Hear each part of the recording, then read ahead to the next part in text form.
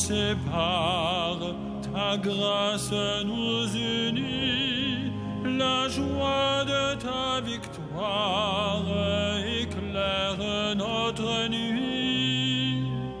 Seigneur, rassemble-nous dans la paix de ton amour. Tu es notre espérance parmi nos divisions, plus haut que nos offenses s'élève ton pardon. Seigneur, rassemble-nous dans la paix de ton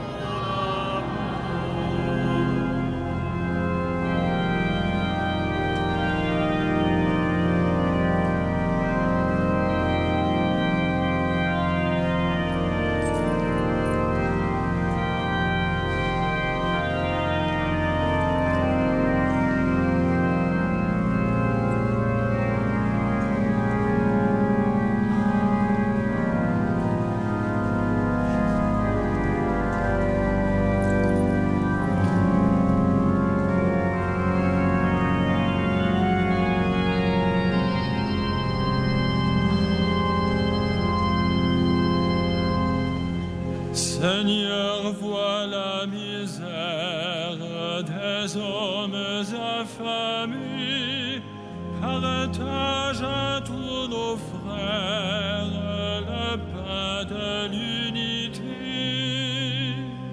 Seigneur, rassemble-nous dans la paix de ton amour. Heureux le cœur des pauvres qui cherchent l'unité, heureux dans ton royaume les frères retrouvés. Seigneur, rassemble-nous dans la paix de ton amour. Ô faute nous sépare, ta grâce nous unit, la joie de ta victoire éclaire notre nuit. Seigneur, rassemble-nous dans la paix de ton amour.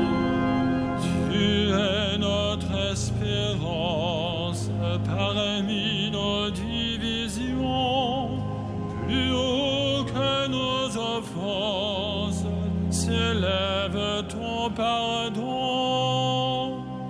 Seigneur, rassemble-nous dans la paix de ton amour.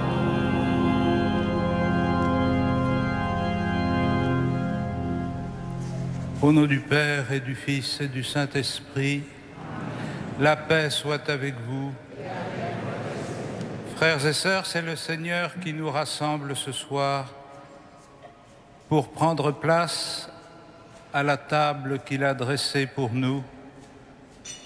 Comme Jésus partageait son repas avec les publicains et les pécheurs, il veut ce soir que nous puissions partager son repas et prendre place à sa table. Préparons-nous à célébrer cette Eucharistie en reconnaissant que nous sommes pécheurs. Je confesse à Dieu Tout-Puissant, je reconnais devant mes frères que j'ai péché en pensée, en parole, par action et par omission. Oui, j'ai vraiment péché. C'est pourquoi je supplie la Vierge Marie, les anges et tous les saints, et vous aussi, mes frères, de prier pour moi le Seigneur notre Dieu.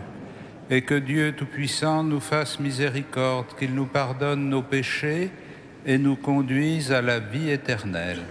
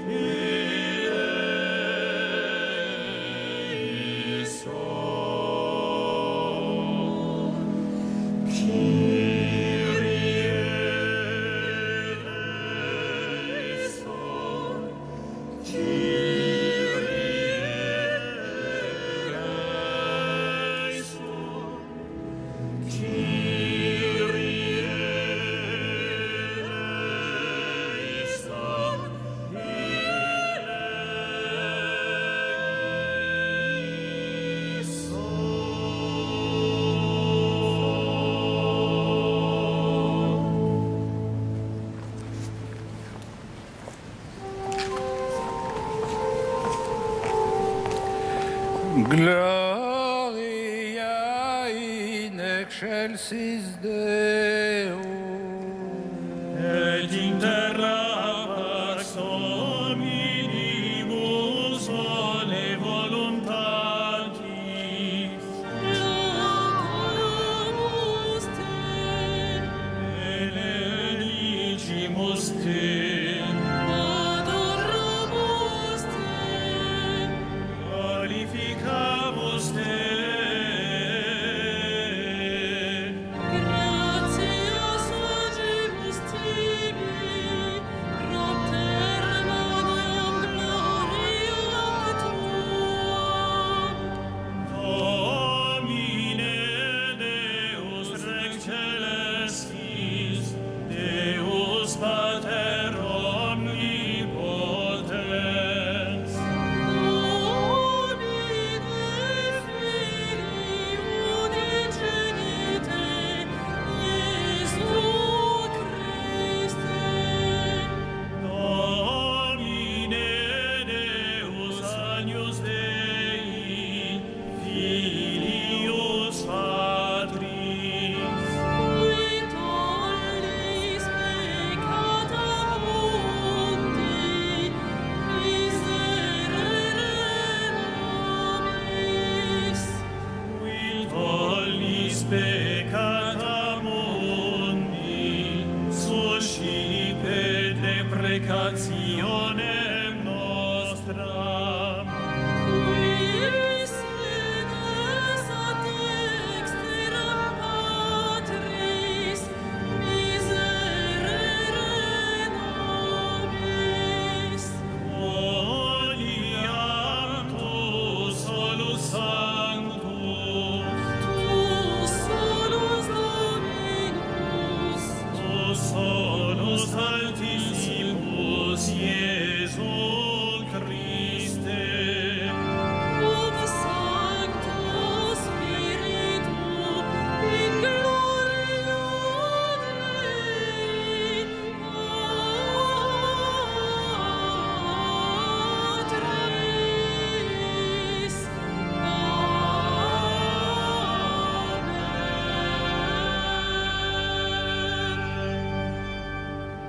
Prions le Seigneur. Dieu créateur et maître de toutes choses, regarde-nous. Et pour que nous ressentions l'effet de ton amour, accorde-nous de te servir avec un cœur sans partage, par Jésus-Christ, ton Fils, notre Seigneur et notre Dieu, qui vit et règne avec toi dans la communion du Saint-Esprit maintenant et pour les siècles des siècles.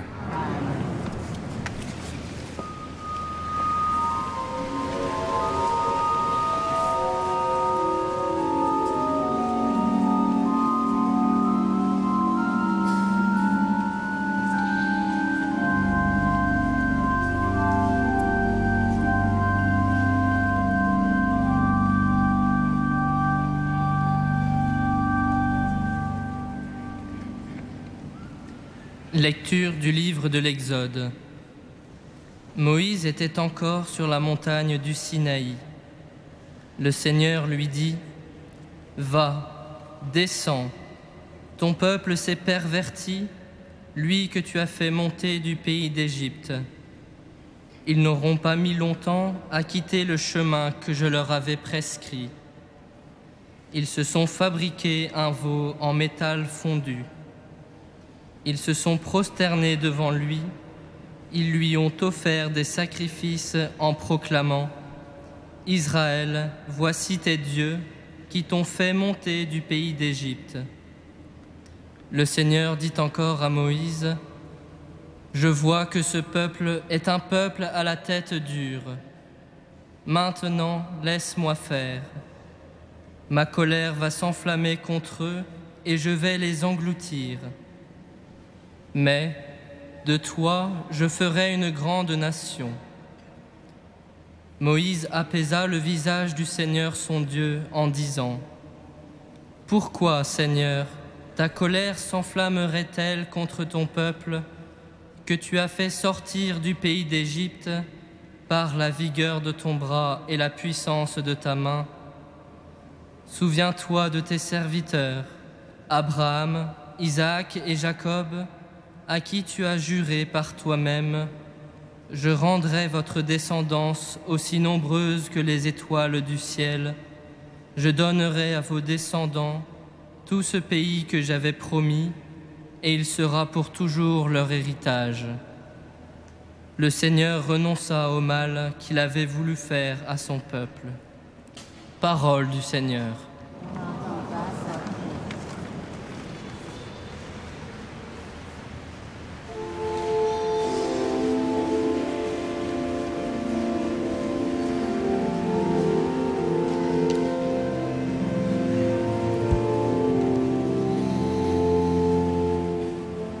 Oui, je me lèverai et j'irai vers mon Père.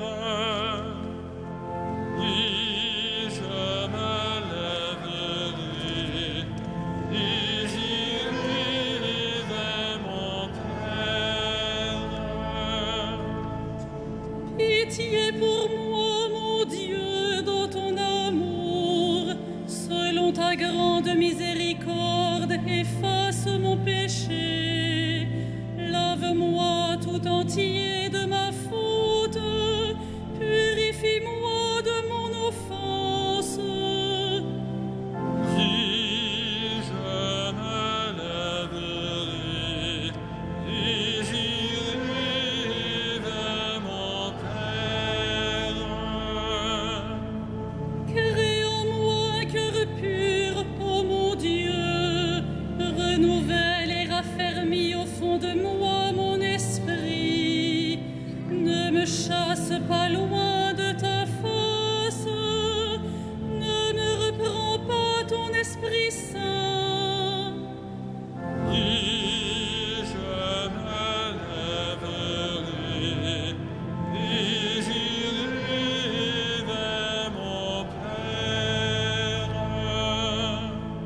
Seigneur, ouvre mes lèvres et ma bouche annoncera ta louange. Le sacrifice qui plaît à Dieu, c'est un esprit brisé. Tu ne repousses pas, ô mon Dieu, un cœur brisé et broyé. Oui, je me lèverai et j'irai vers mon Père.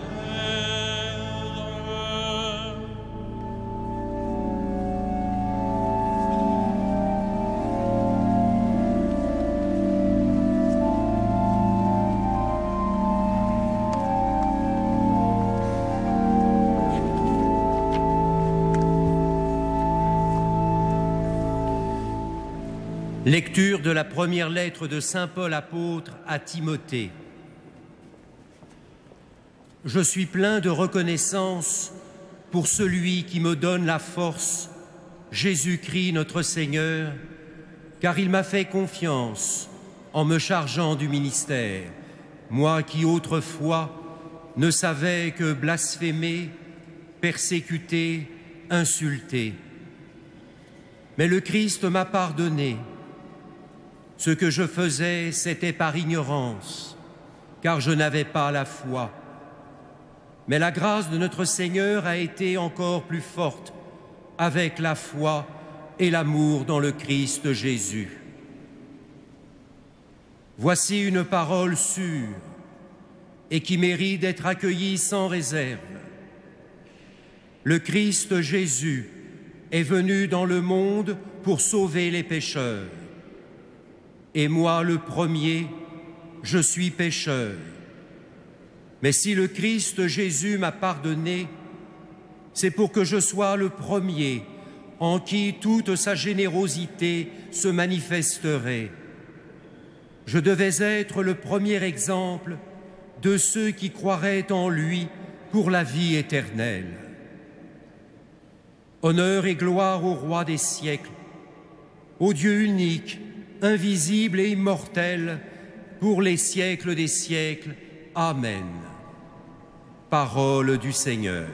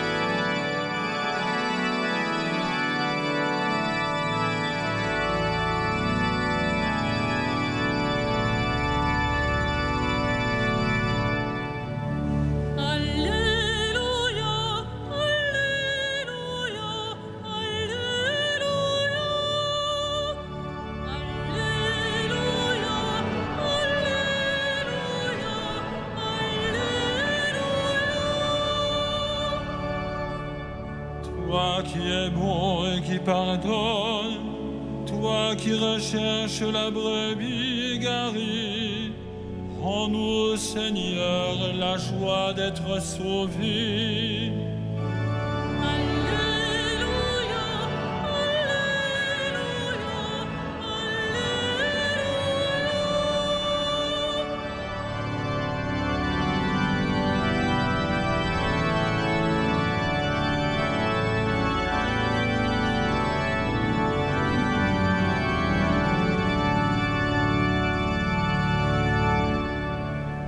Le Seigneur soit avec vous. Évangile de Jésus-Christ selon saint Luc.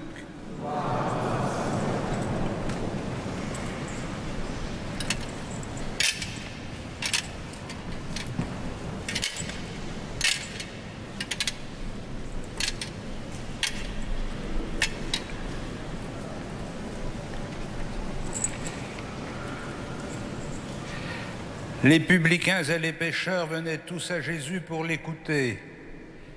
Les pharisiens et les scribes récriminaient contre lui. Cet homme fait bon accueil aux pécheurs et il mange avec eux. Alors Jésus leur dit cette parabole.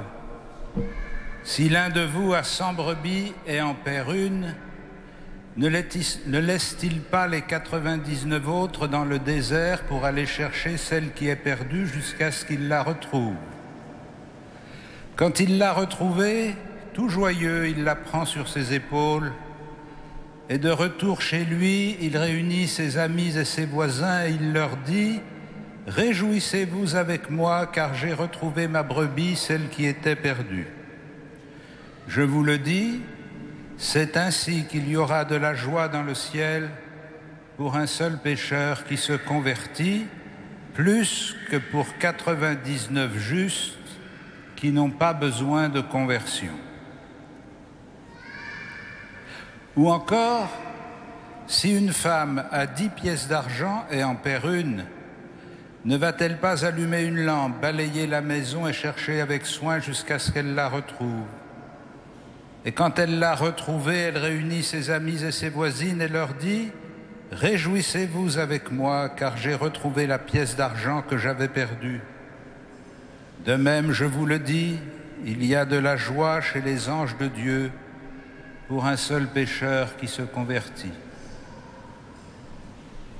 Jésus dit encore, un homme avait 2 fils. Le plus jeune dit à son père, « Père, donne-moi la part d'héritage qui me revient. » Et le père fit le partage de ses biens. Peu de jours après, le plus jeune rassembla tout ce qu'il avait et partit pour un pays lointain où il gaspilla sa fortune en menant une vie de désordre. Quand il eut tout dépensé, une grande famine survint dans cette région et il commença à se trouver dans la misère. Il alla s'embaucher chez un homme du pays qui l'envoya dans ses champs garder les porcs. Il aurait bien voulu se remplir le ventre avec les gousses que mangeaient les porcs, mais personne ne lui donnait rien. Alors il réfléchit. Tant d'ouvriers chez mon père ont du pain en abondance et moi je meurs de faim. je vais retourner chez mon Père et je lui dirai, Père, j'ai péché contre le ciel et contre toi. Je ne mérite plus d'être appelé ton fils. Prends-moi comme l'un de tes ouvriers. Il partit donc pour aller chez son père. Et comme il était encore loin, son père l'aperçut et fut saisi de pitié. Il courut se jeter à son cou et le couvrit de baisers. Le fils lui dit, « Père, j'ai péché contre le ciel et contre toi. Je ne mérite plus d'être appelé ton fils. » Mais le père dit à ses domestiques, « Vite, apportez le plus beau vêtement pour l'habiller. Mettez-lui une bague au doigt et des sandales aux pieds. Allez chercher le veau gras, tuez-le, mangeons et festoyons. Car mon fils que voilà était mort et il est revenu à la vie. Il était perdu et il est retrouvé. » Et ils commencèrent la fête. Le fils aîné était au champ. À son retour, quand il fut près de la maison, il entendit la musique et les danses. Et appelant un des domestiques, il demanda ce qui se passait. Celui-ci lui répondit, « C'est ton frère qui est de retour et ton père a tué le veau gras parce qu'il a vu revenir son fils en bonne santé. » Alors le fils aîné se mit en colère et il refusait d'entrer. Son père qui était sorti le suppliait, mais il répliqua, « Il y a tant d'années que je suis à ton service, sans avoir jamais désobéi à tes ordres, et jamais tu ne m'as donné un chevreau pour festoyer avec mes amis. Mais quand ton fils que voilà est arrivé après avoir dépensé ton bien avec des filles, tu as fait tuer pour lui le veau gras. » Et le père répondit, « Toi, mon enfant, tu es toujours avec moi, et tout ce qui est à moi est à toi. Il fallait bien festoyer et se réjouir, car ton frère que voilà était mort, et il est revenu à la vie. Il était perdu, et il est retrouvé. » Acclamons la parole de Dieu.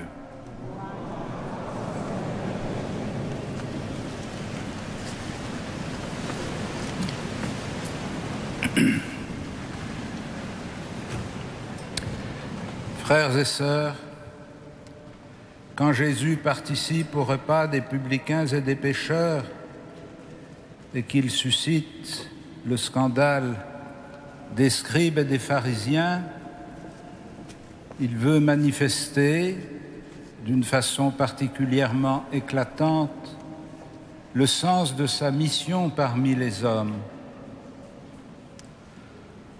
Il est venu dans le monde non pas pour les bien portants, mais pour les malades, non pas pour les justes, mais pour les pécheurs. Et à travers sa venue dans le monde, par le moyen de cette venue dans le monde, c'est la plénitude de la miséricorde de Dieu qui est manifestée aux hommes.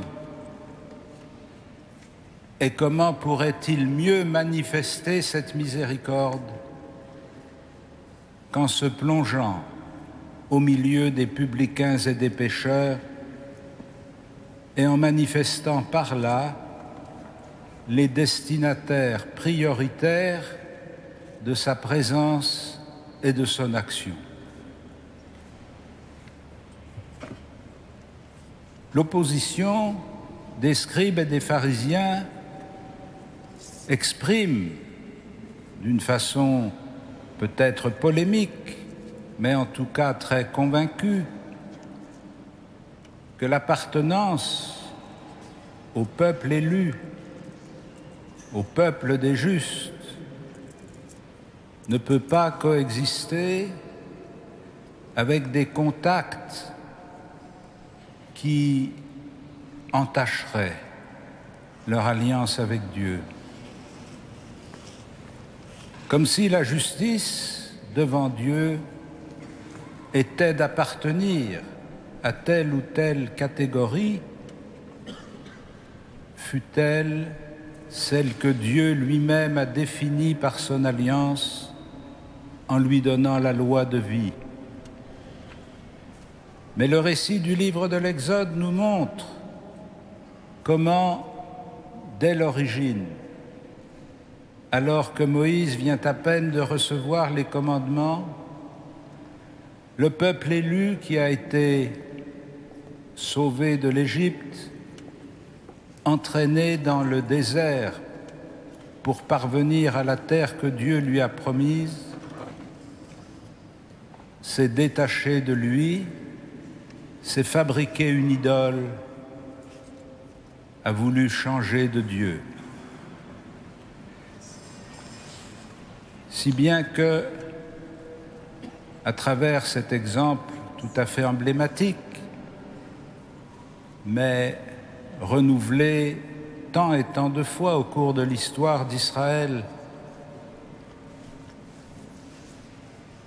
le peuple, alerté par les prophètes,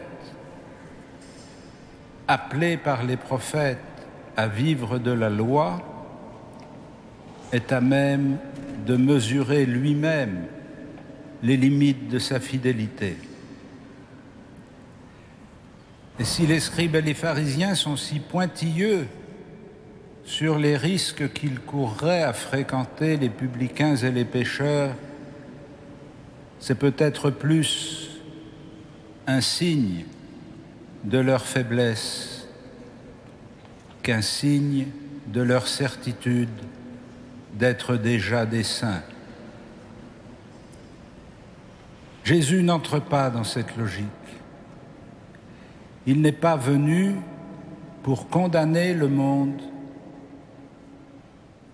pour soumettre le monde à un jugement de condamnation. Il est venu pour sauver le monde, pour appeler le monde au salut.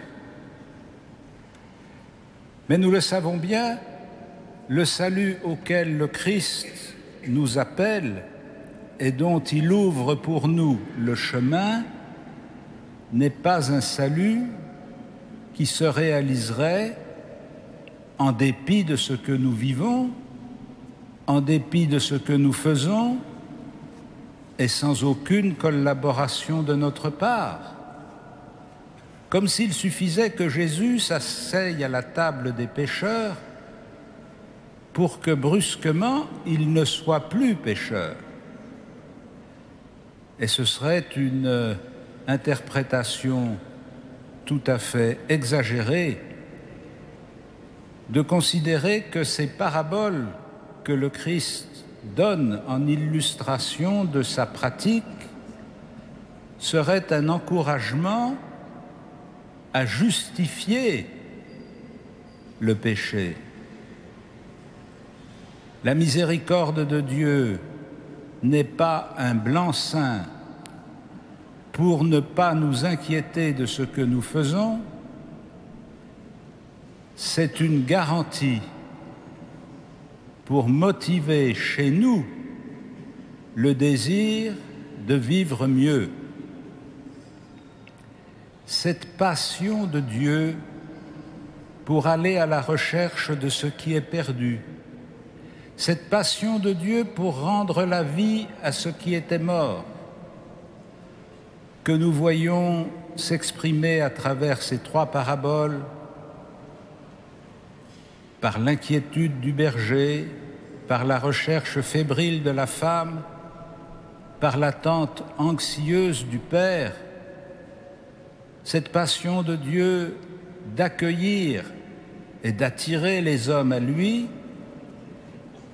est la condition préalable et nécessaire pour que nous puissions faire retour sur nous-mêmes et prendre conscience de ce qui nous sépare de lui. Comme nous voyons le Fils dans l'abandon où il est en pays païen à garder des porcs et qui se met à réfléchir et à penser au bien-être de la maison de son Père pour motiver sa détermination à rejoindre la maison du Père et à se reconnaître pécheur. C'est cette certitude de l'amour de Dieu manifesté à travers les siècles et de façon éclatante et définitive dans l'incarnation du Fils unique.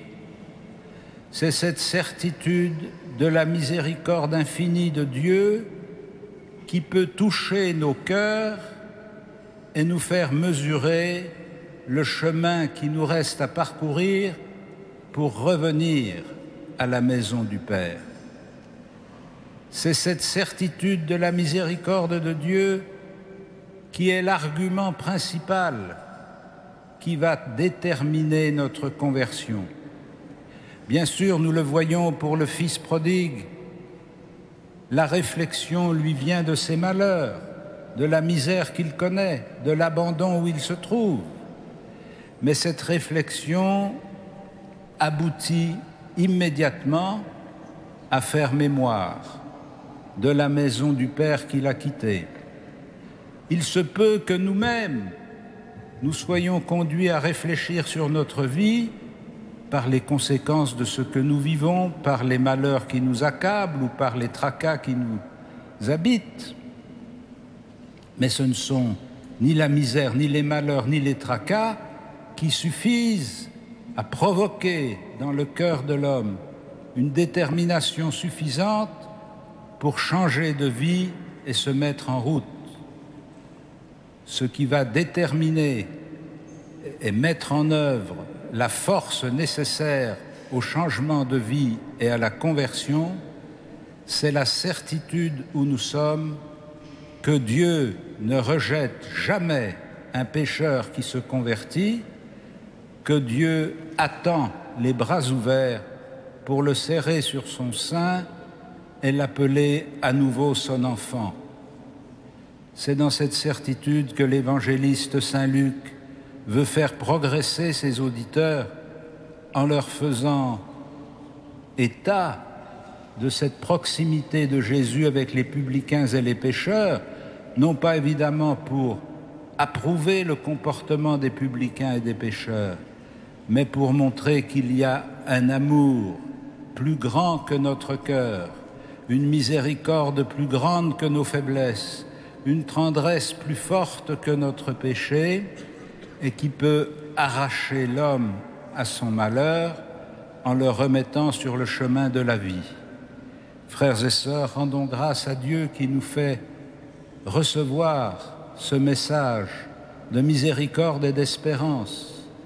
Rendons grâce à Dieu si ce message de miséricorde et d'espérance touche nos cœurs et nous conduit à nous regarder tels que nous sommes en espérant que nous pourrons nous aussi retourner chez le Père et lui dire « Père, je ne suis plus digne d'être appelé ton fils, traite-moi comme un serviteur. » Alors, il tuera le veau gras et il organisera la fête pour l'enfant qui était perdu et retrouvé, pour le Fils qui était mort et qui est revenu à la vie. Amen.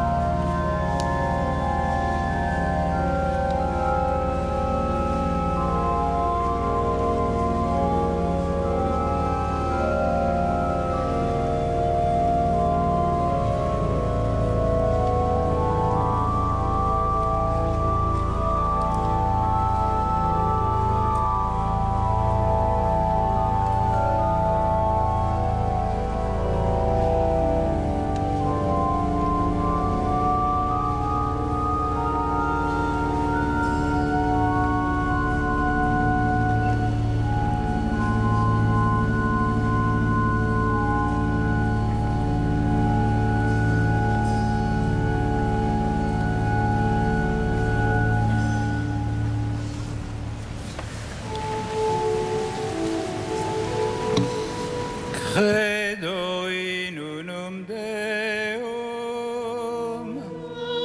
Patrem omnipotentem, factorem celi et terrae, visibilium omnium, et invisibilium.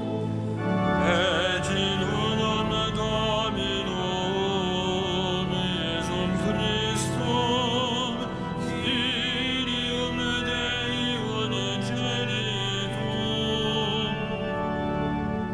Et ex Patre datum, ante omnia secula, Deum de Deo, lumen de lumine, Deum verum de Deo verum, genitum non factum, consubstantialem Patri, per quem omnia facta sunt. qui propter nos homines et propter nostram salutem discendit de celis. Et incarnatus est de Spiritus Sancto, ex Maria Virgine, et homo factus est. Crucifixus etiam pro nobis, sub Pontio Pilato, passus et sepultus est. Et resurrexit tertia dii, secundum Scripturas. Et ascendit in caelum, sit ad dexteram Patris. Et iterum venturus escu gloria, judicare vivos et mortuos, cuius regni non erit finis. Et in Spiritum Sanctum Dominum, et vivificante, ex Patre Filioque procenis, Qui cum Patre et Filio simul adoratur, et cum glorificatur, qui locutus est per prophetas.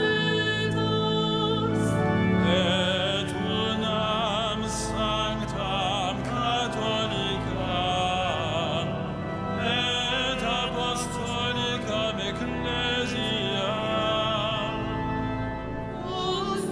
Confiteorum baptisma in remissionem peccatorum, et expector resurrectionem mortuorum, et vitam venturis seculi.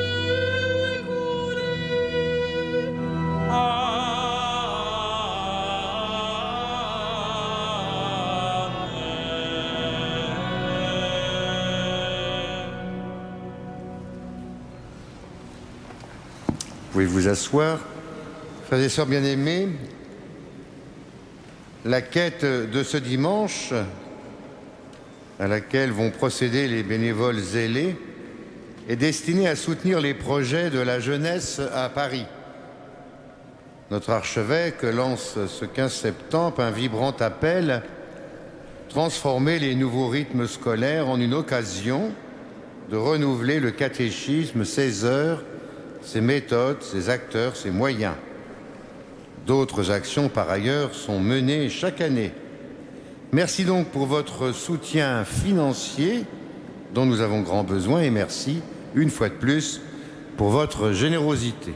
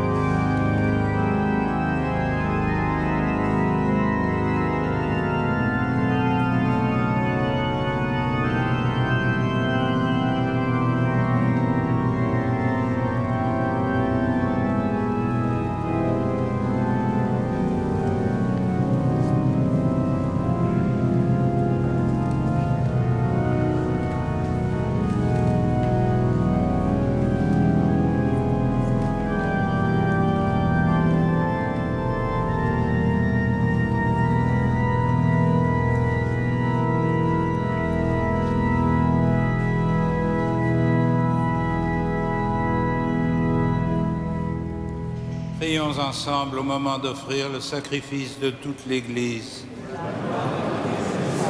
Seigneur, sois favorable à nos prières et reçois avec bonté nos offrandes. Que les dons apportés par chacun à la gloire de ton nom servent au salut de tous, par Jésus le Christ, notre Seigneur. Amen.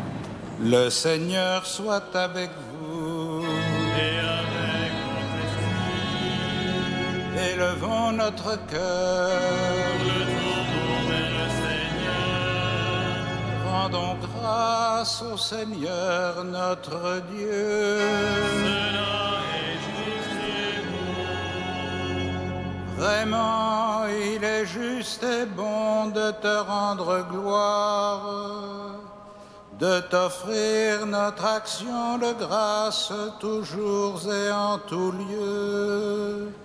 À toi, Père très saint, Dieu éternel et tout-puissant, par le Christ notre Seigneur.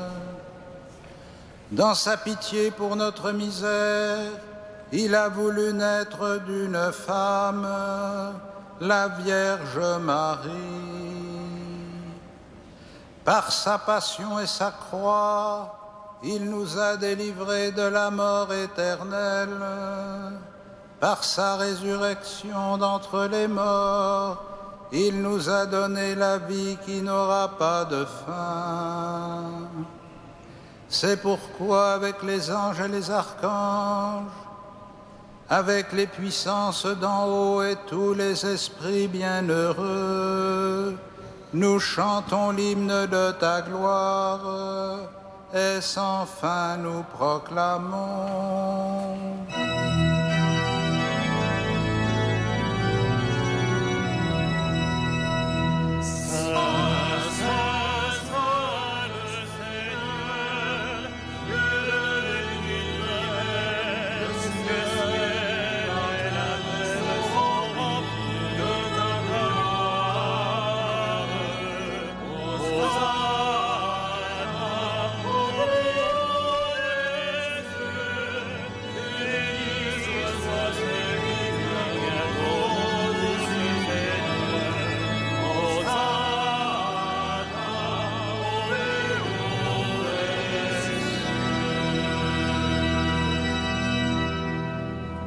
Tu es vraiment saint, Dieu de l'univers, et toute la création proclame ta louange.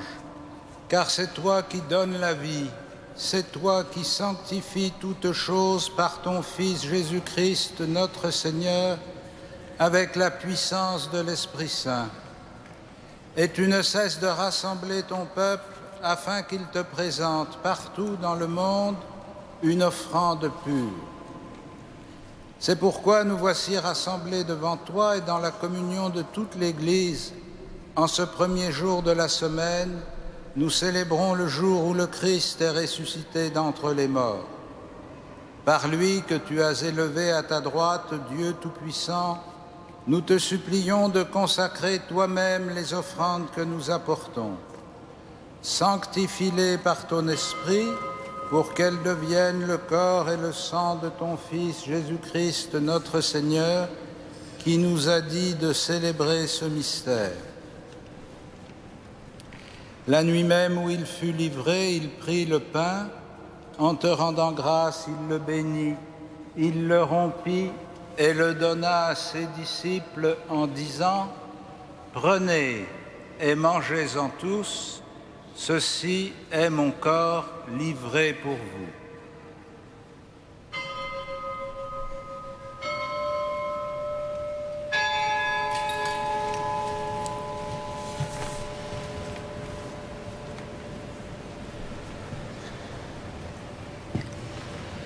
De même, à la fin du repas, il prit la coupe. En te rendant grâce, il la bénit et la donna à ses disciples en disant : « Prenez et buvez-en tous, car ceci est la coupe de mon sang, le sang de l'alliance nouvelle et éternelle, qui sera versé pour vous et pour la multitude en rémission des péchés.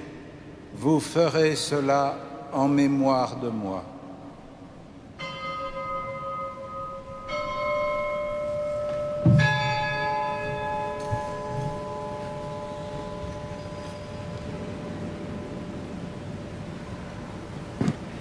Il est grand le mystère de la foi. Nous proclamons ta mort, Seigneur Jésus. Nous célébrons ta résurrection. Nous attendons ta venue dans la gloire.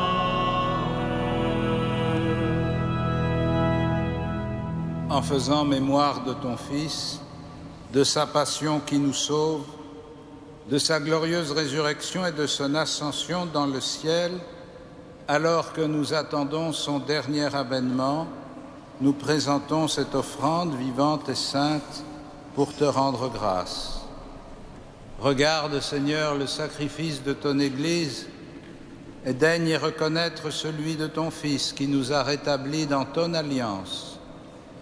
Quand nous serons nourris de son corps et de son sang et remplis de l'Esprit Saint, accorde-nous d'être un seul corps et un seul esprit dans le Christ. Et que l'Esprit Saint fasse de nous une éternelle offrande à ta gloire pour que nous obtenions un jour les biens du monde à venir auprès de la Vierge Marie, la bienheureuse Mère de Dieu, de Saint Joseph, son époux, avec les apôtres, les martyrs, Saint Denis et tous les saints qui ne cessent d'intercéder pour nous.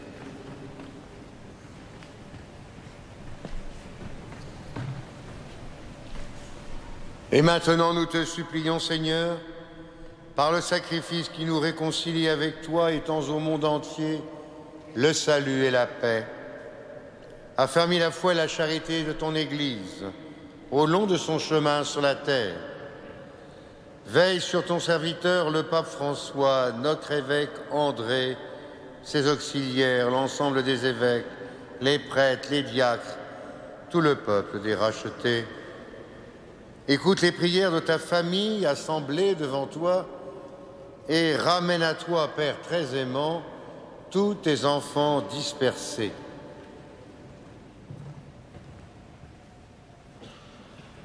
Pour nos frères défunts, pour les hommes qui ont quitté ce monde et dont tu connais la droiture, nous te prions. Reçois-les dans ton royaume où nous espérons être comblés de ta gloire, tous ensemble et pour l'éternité, par le Christ notre Seigneur, par qui tu donnes au monde toute grâce et tout bien. Par lui, avec lui et en lui.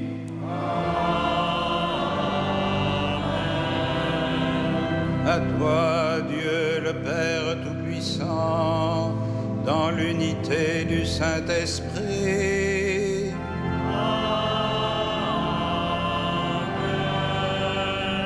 Tout honneur et toute gloire pour les siècles des siècles.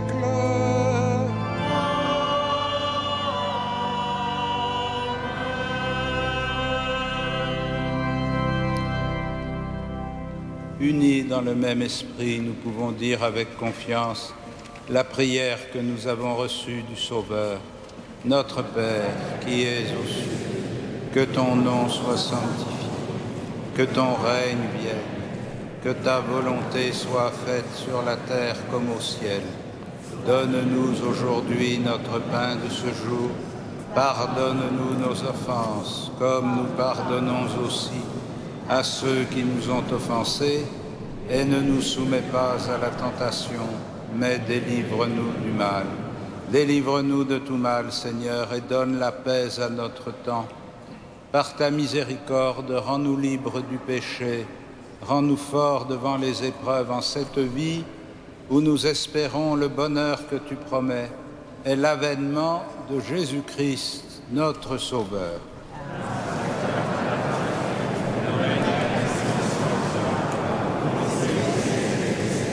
Seigneur Jésus-Christ, tu as dit à tes apôtres, « Je vous laisse la paix, je vous donne ma paix. » Ne regarde pas nos péchés, mais la foi de ton Église. Pour que ta volonté s'accomplisse, donne-lui toujours cette paix et conduis-la vers l'unité parfaite, toi qui règnes pour les siècles des siècles. Amen. Et que la paix du Seigneur soit toujours avec vous. Dans la charité du Christ, donnons-nous la paix. La paix. La paix.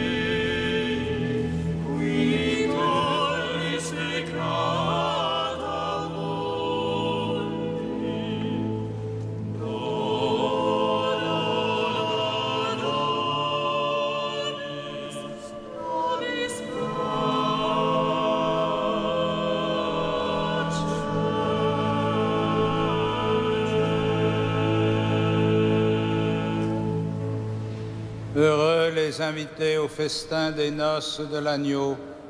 Voici l'agneau de Dieu qui enlève le péché du monde.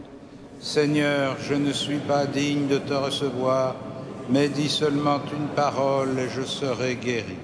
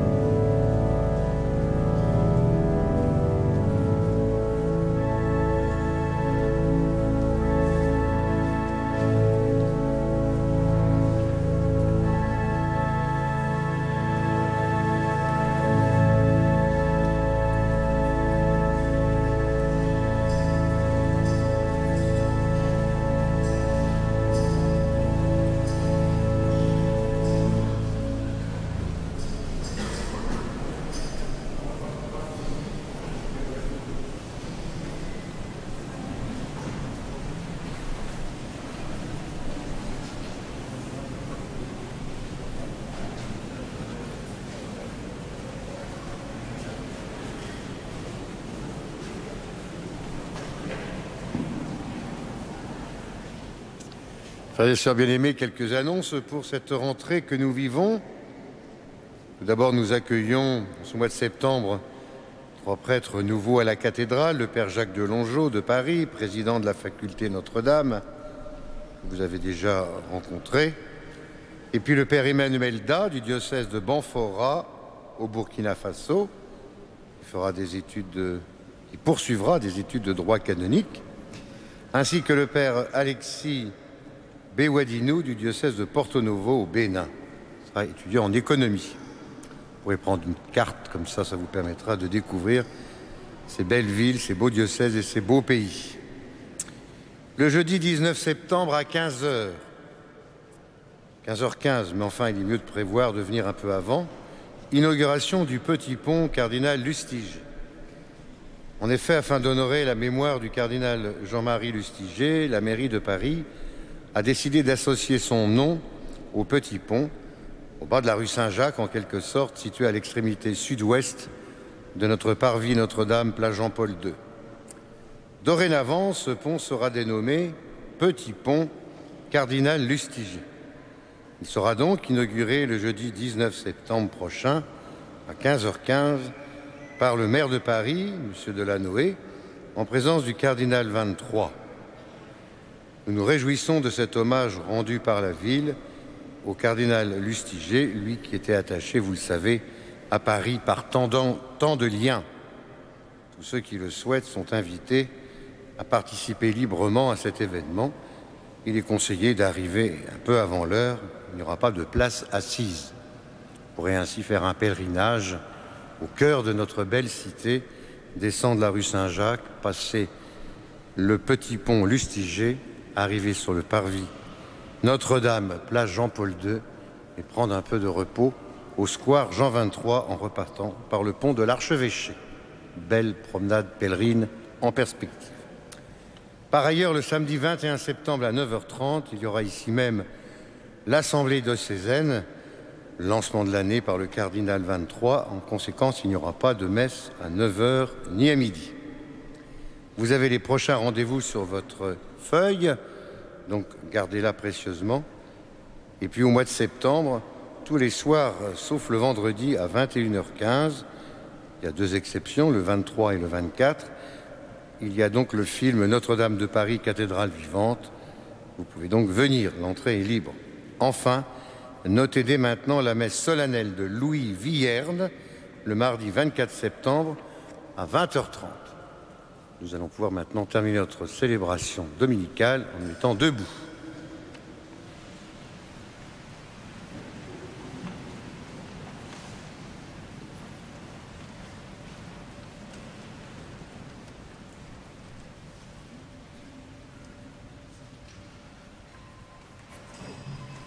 Seigneur, que la grâce de cette communion saisisse nos esprits et nos corps, afin que son influence, et non pas notre sentiment, domine toujours en nous, par Jésus le Christ, notre Seigneur.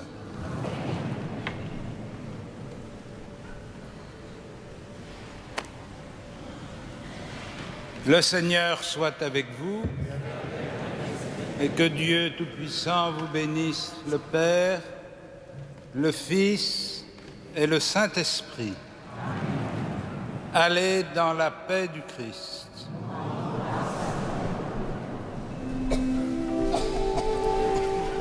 Salve Regina.